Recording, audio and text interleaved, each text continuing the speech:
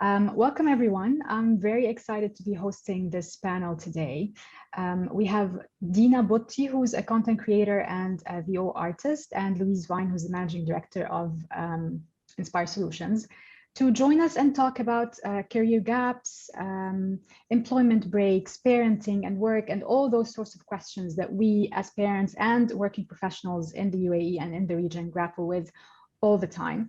We, of course, have new and evolving realities that we also are trying to understand. So it would be interesting to hear from someone who has an interesting personal experience in this domain and someone who can give us the view from the HR world as well. Are we doing well? What should we be doing, etc.?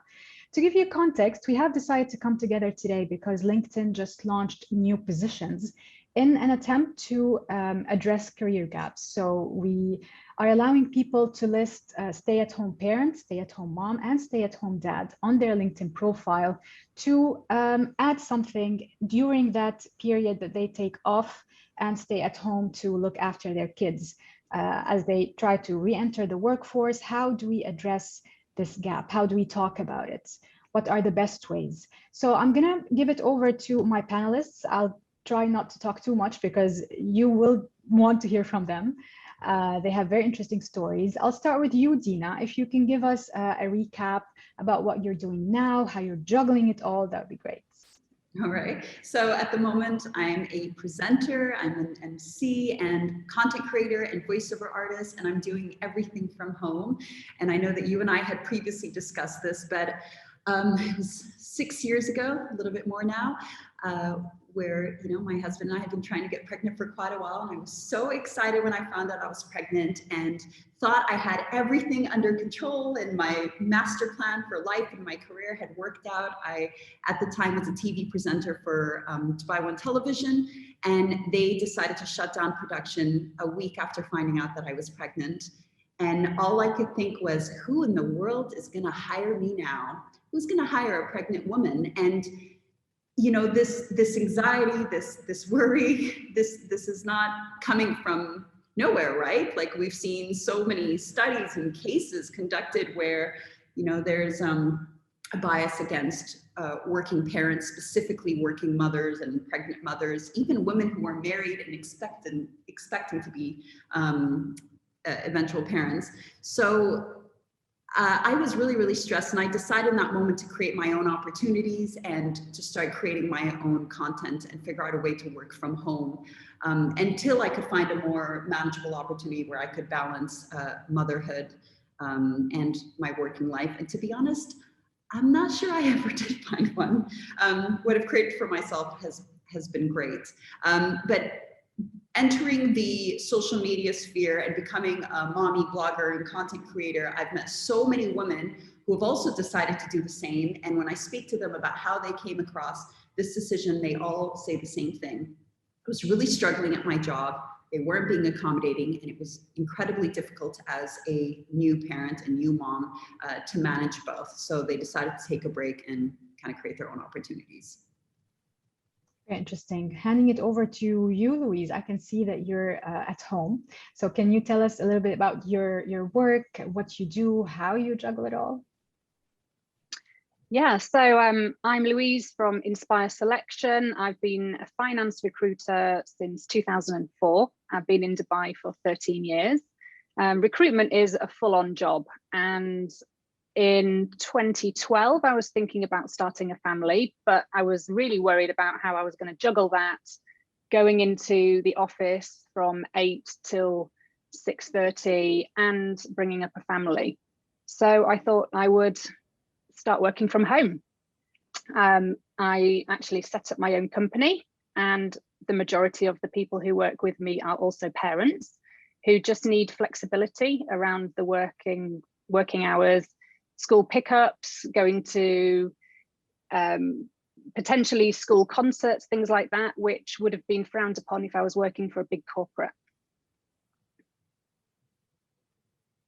In my opinion, yeah. Can you hear me? Yeah, absolutely. Yeah, I can hear you fine.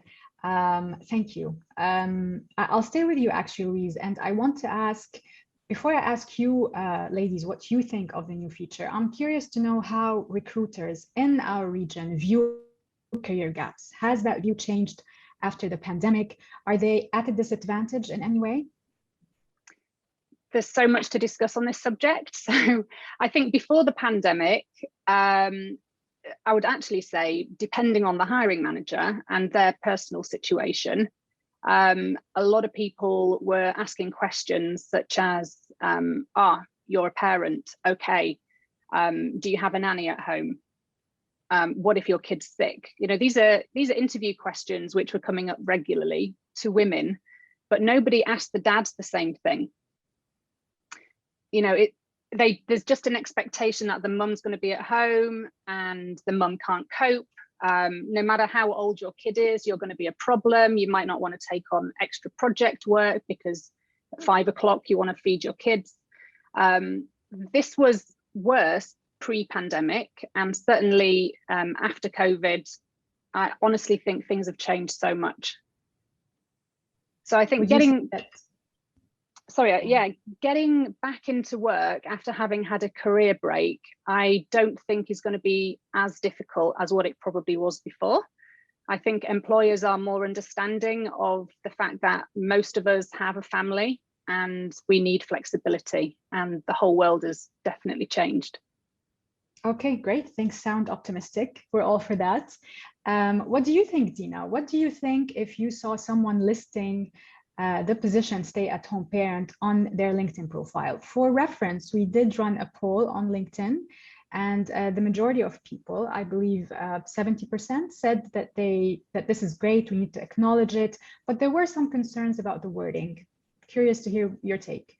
So I don't think I specifically have an issue with the wording, but I do agree that it would stand out, and I feel like it, in the beginning specifically, would work against you. Just because that's what the research shows. But I think what LinkedIn is trying to do is amazing. You're trying to normalize it. And I think that anytime you're taking initiative, there's a natural path, a natural,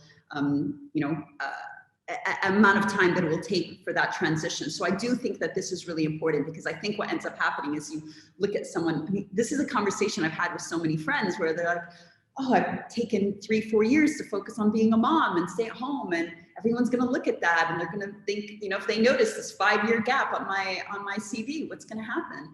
But you know, the reality is, and I was actually reading an article recently, I think it was in Forbes. There's all these really famous studies where they showed that mothers are less likely to be hired, less likely to be promoted, that they're going to have receive lower salaries than their colleagues. And I think the most disturbing part is this increases depending on how many children you have.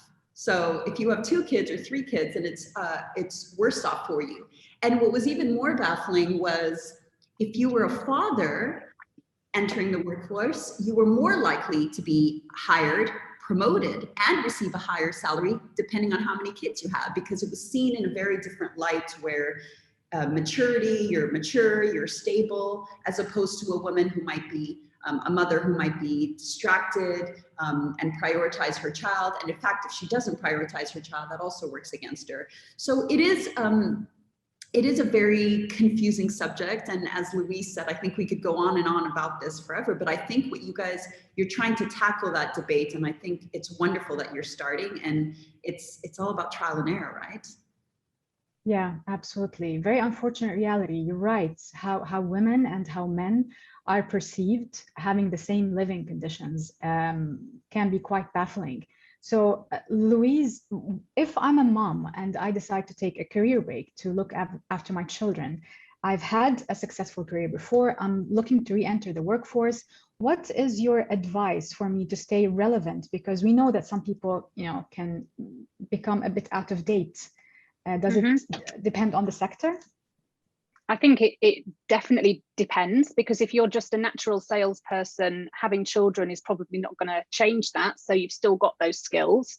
However, your contacts might have changed, you know, if you take a 5-year break. So when you're a salesperson, it's all about your contacts, who you know, the relationships that you've built in that market. So of course, it's going to take a little bit of time to get back into the swing of things. For other people, it could be, you know, a technology related issue.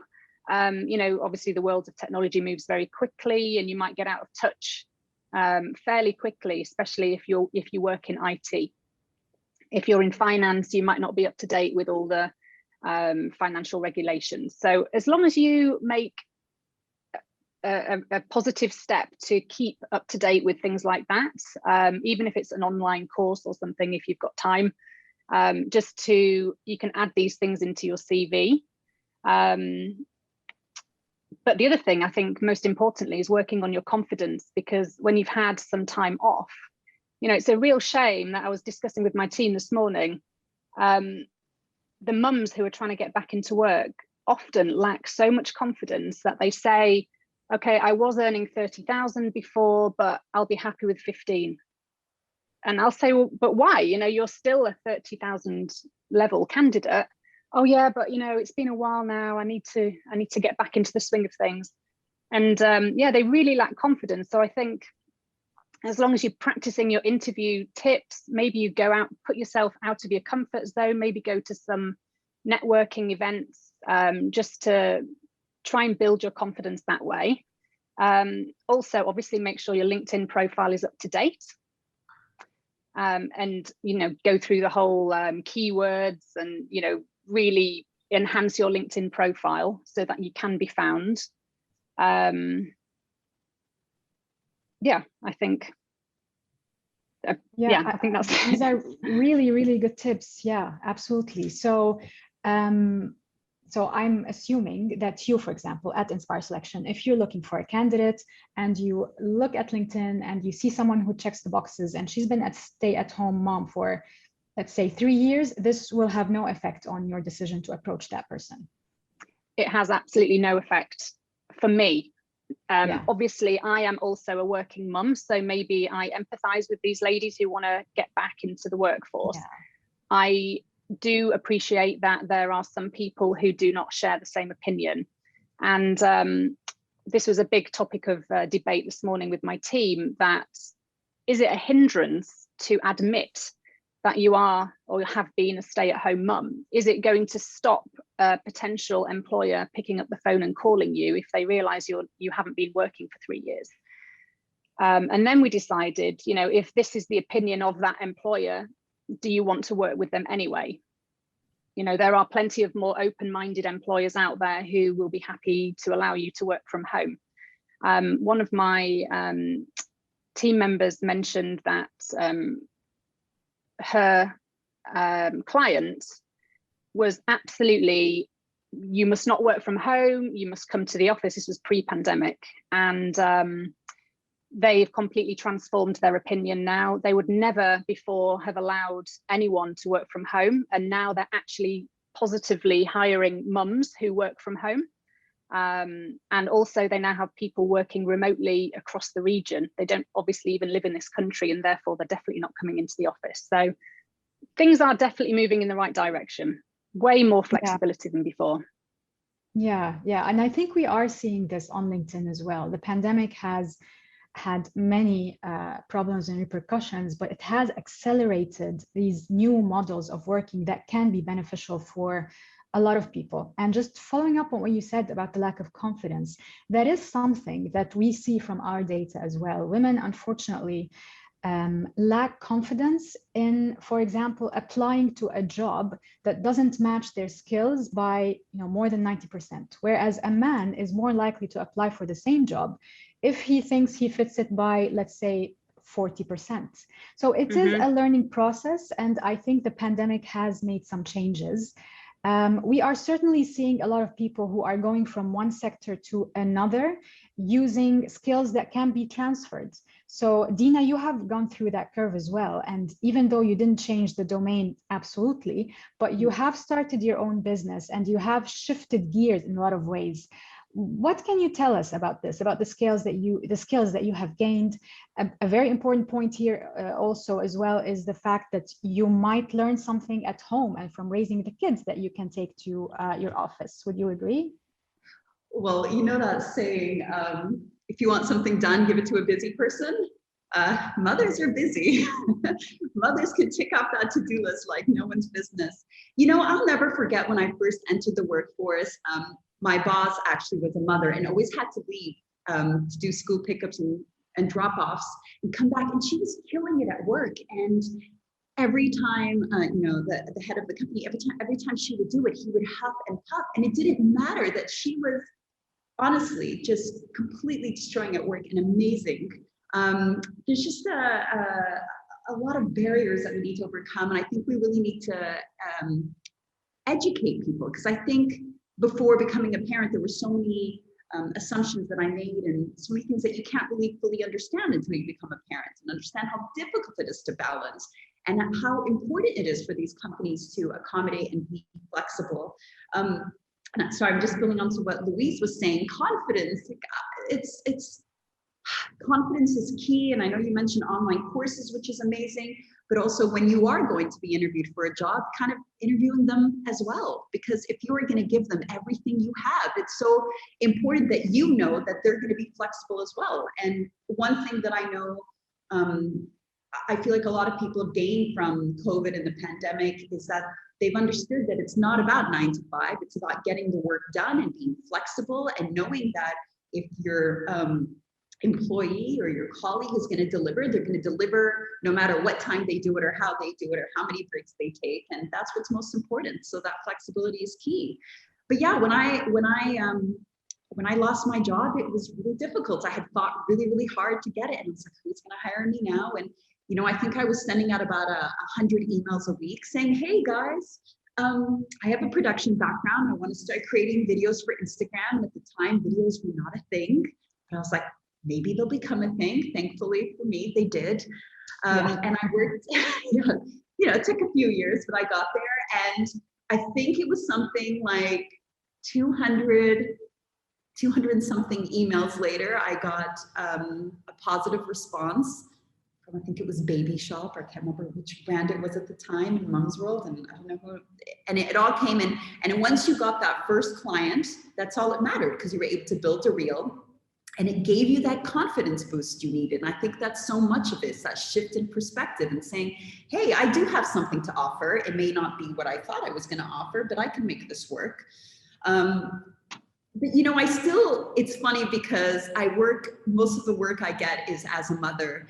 And some of the people I deal with are quite young and don't quite understand what that means. And, you know, there are times when I ask to revise deadlines because both of my kids have the flu or fever, are in bed, and people are like, so I'll give you an extra day. Like, they still don't get it, right? And I think so much of this is about education and creating awareness. And that's exactly what LinkedIn is trying to do, is trying to start that conversation. And help people understand what we need as working mothers and also as working fathers. I mean, my husband is incredibly hands-on, but he's not even given half the opportunities that I am to go do pickups or drop-offs, because it's always assumed that the mother and the woman is going to take care of it. So as amazing as all the work experiences you had have been amazing, but I just mean, I think it's automatically assumed that the mother is going to take on that responsibility. And I think that also needs to change, because if that changes, it makes our jobs easier as well. Yeah, absolutely. I can see Louise nodding as well. Yeah, I just want to add as well that I think it's our job as recruiters. It's a lot easier for us because we've got direct contact with the employers. But it's our job to educate the hiring managers that it doesn't matter whether someone is a mum, a dad, or not. You know, it's about the individual and what they are prepared to bring to the party. Just because you're a mum doesn't make you any less better than anyone else. In fact, most mums I know are more determined because they feel they've got to prove a point. You know, yeah, yes. I've got kids and I've got to go and pick them up at 1 o'clock every day, but I'm going to work even longer to show you that I am dedicated to this job.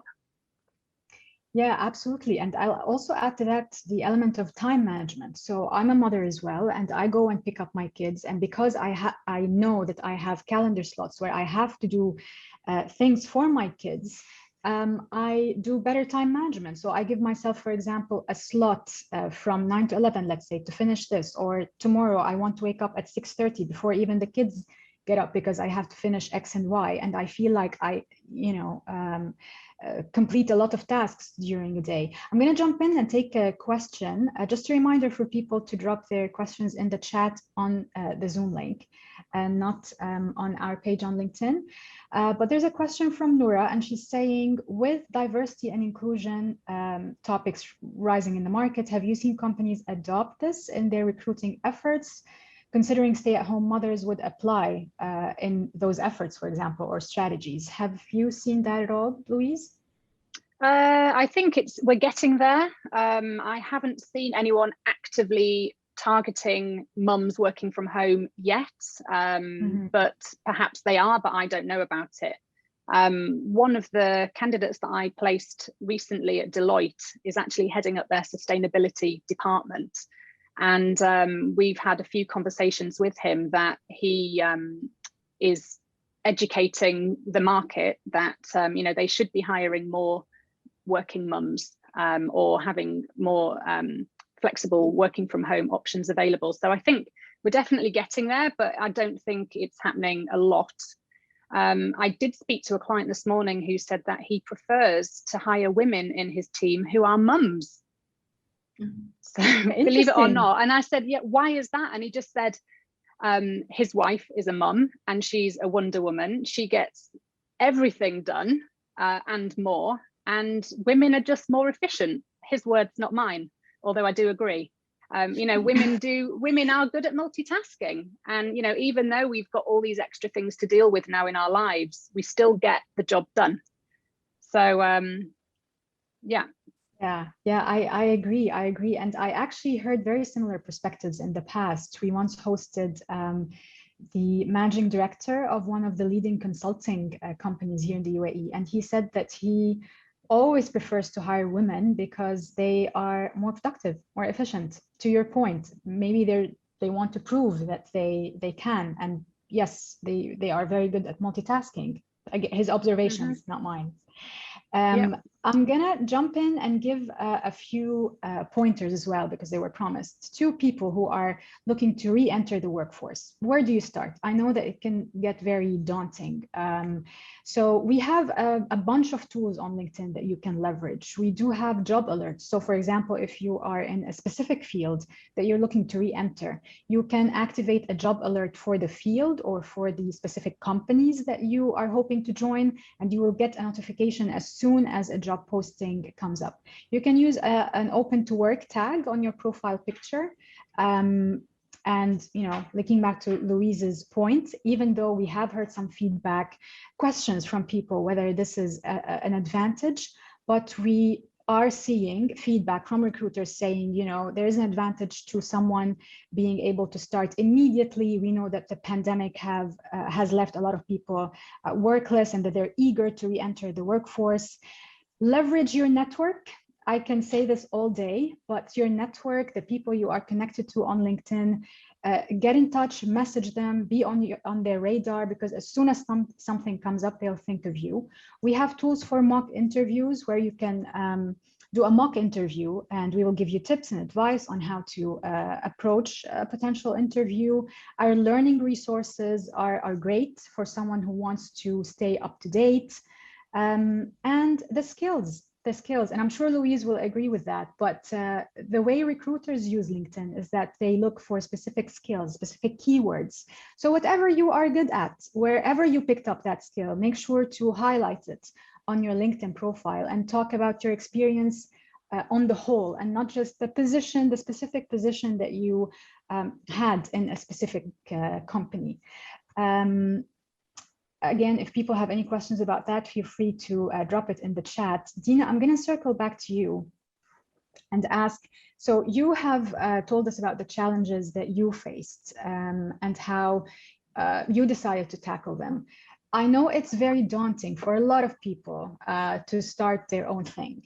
How was your experience? What is your biggest learning? What was the biggest challenge? Oh, to become incredibly, incredibly comfortable with rejection.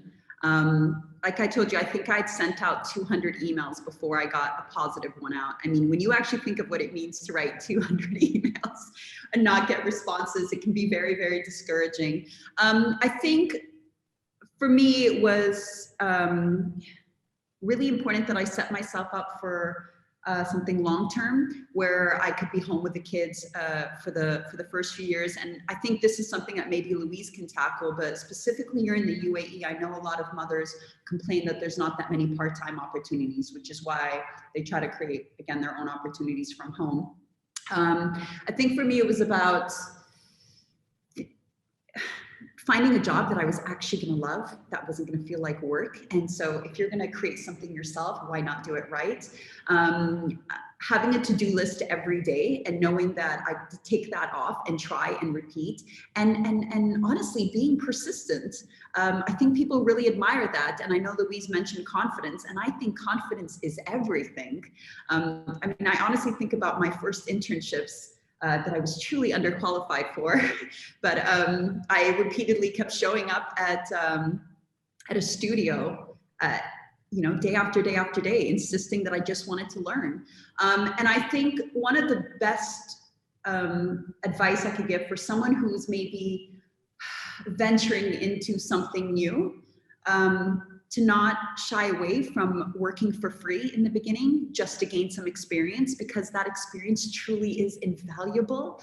And then kind of knowing when they need to draw the line and become very comfortable to ask to be compensated for it, because that shift happens very quickly. And I think for me, I really struggled with that, because in the beginning I was like, I'm going to do a little bit of this, I'm going to collaborate with this brand, and I'm going to build myself, want to build my reputation up, build up my reel. And once I had that, I suddenly, again, this is all about confidence, had to then come back to those companies, be like, you know what, you're gonna have to pay me now. This is gonna be a real job, and we're gonna have to change the terms. And yeah, just knowing your worth and not giving up. Really, that's all it comes down to, I think. Great tips, great tips. And it overlaps actually with a lot of what Louise was saying. We always hear the question from people starting to use LinkedIn on whether it's a good idea to approach recruiters directly to ask if, you know, there's anything in this domain or that domain. And I'm sure a lot of people would love to hear from you, Louise, on that subject. What is your recommendation, or what is the most efficient way from your experience for someone to log in and email, for example, the hiring manager in that company? Or is it a good idea to get in touch with recruiters? So absolutely, you need to get in touch with a recruiter, but you need to make sure it's the right recruiter, because I often get, well, all day long, actually, I get messages from people who are working in sales or IT. And if you actually looked at my profile, you'd see that I'm blatantly a finance and accounting recruiter. So I can't help these people. Obviously, I forward their messages to my colleagues, but I'm assuming that my colleagues are also receiving quite irrelevant messages. So first thing, if you're going to be targeting a recruiter, make sure it is the right person.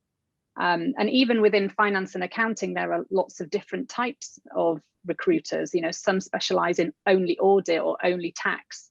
So you really need to do your homework first. If you target the right recruiter, they will want to hear from you. So just be persistent. You may have to send a few messages, because the volume of messages that we receive is quite hard to manage. So don't lose heart if you don't get a response the first time.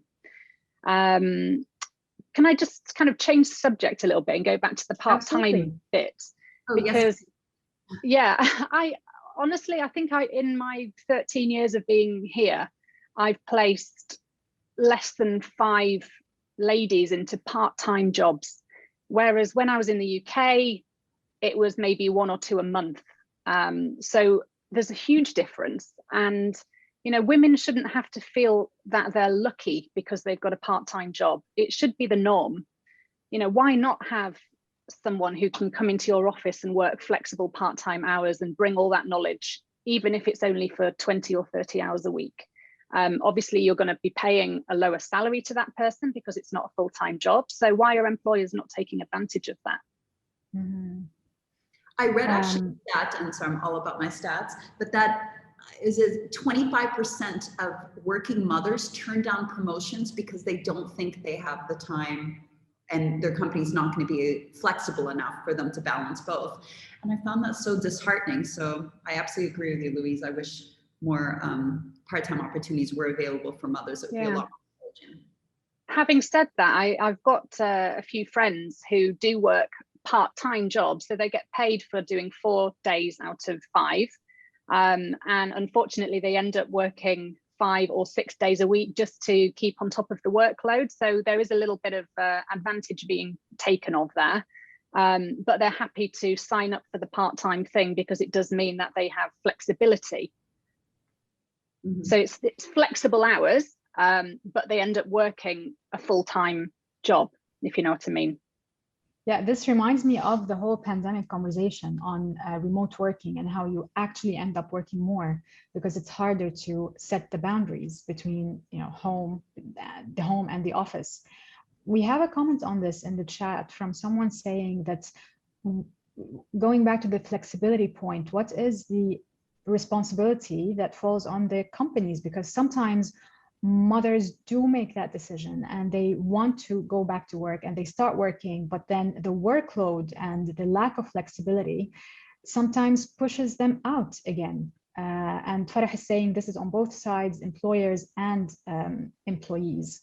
What are your thoughts on that? So if that happens, for example, and I'm sure it happens, what can be the best course of action? An honest conversation with the employer? Yeah, absolutely. But then it becomes difficult, doesn't it? Because you don't want to give the impression to your employer that you're afraid of hard work. So then a lot of people just end up sucking it up and working really long hours. But of course, you need to have that conversation, and you need to hope that they're understanding and try and get back to doing a part-time role. Maybe even if it's a job share, you know, get another part-time person in to make up the extra hours. And another comment actually on the companies, someone saying that, you know, reiterating how important a mother's role is, but that there is a concern that if children are young, mothers may not be able to work early or late, and they need to be accommodated sometimes. So we need to understand how that can work for both parties. I think that goes back to what we said about, you know, flexibility. As long as you deliver the work, the pandemic has shown us that all these new hybrid models are doable and in fact can be more efficient. I'm very aware that we ran out of time, so I'm gonna just give you, in the spirit of having a casual conversation, the mic one last time to see if you have any last concluding thoughts. I'll start with you, Louise. Yeah, just that it's a great step in the right direction to try and normalize the fact that there are working mums out there, or women or dads who have taken a career break and they want to get back into the workplace. And why should it be taboo that you've got kids at home? So just having this discussion now is a step in the right direction. Yeah, absolutely. Dina? Well, first of all, I want to thank you for having this discussion yourself, because I think just the fact that we're here talking about this and we've got so many people tuning in to listen is incredible. And it's an incredibly important discussion I think more people need to be having. But, you know, I will just say one thing, I think based on the last question you received, where it is a reality that sometimes, you know, our kids get sick. You know, sometimes our kids are hospitalized, even where it's, you know, there are a lot of illnesses and we have to pick up a kid from school and things that do come up. But I will say one thing, you know, when I first had a baby and I didn't have a nanny, and unexpected meetings came up, there were clients that told me to bring my child in. I came in, I was changing my son on the meeting table, I was putting him to nap. And my loyalty to those clients, it was unwavering. The fact that they were so accommodating, understanding was incredible. And I proved it to them. And you want to make, if you want to make something work, you absolutely will. So there's a way around everything, and commitment is key. And so is confidence, as we've said so many times. So thank you all so much for tuning in, and thanks for having me on here. Thank you. I echo your sentiments and Louise's, and I'm very glad we are having this conversation. Hopefully we'll have more similar conversations in the future. I was really inspired just finding you, Dina and Louise, for this panel, someone or a couple of people who can talk so meaningfully about a subject that I feel is not being poked enough, especially after the pandemic, or hopefully as we approach the end of the pandemic. So thank you very, very much. You are models and examples of how things can be done. Thank you for pushing the boundaries in the region, and thank you for everyone who tuned in, and hopefully we'll have more similar conversations in the future. Thanks, everyone. Thank you so much. Thanks for having me. Have a great day. Bye-bye. Bye.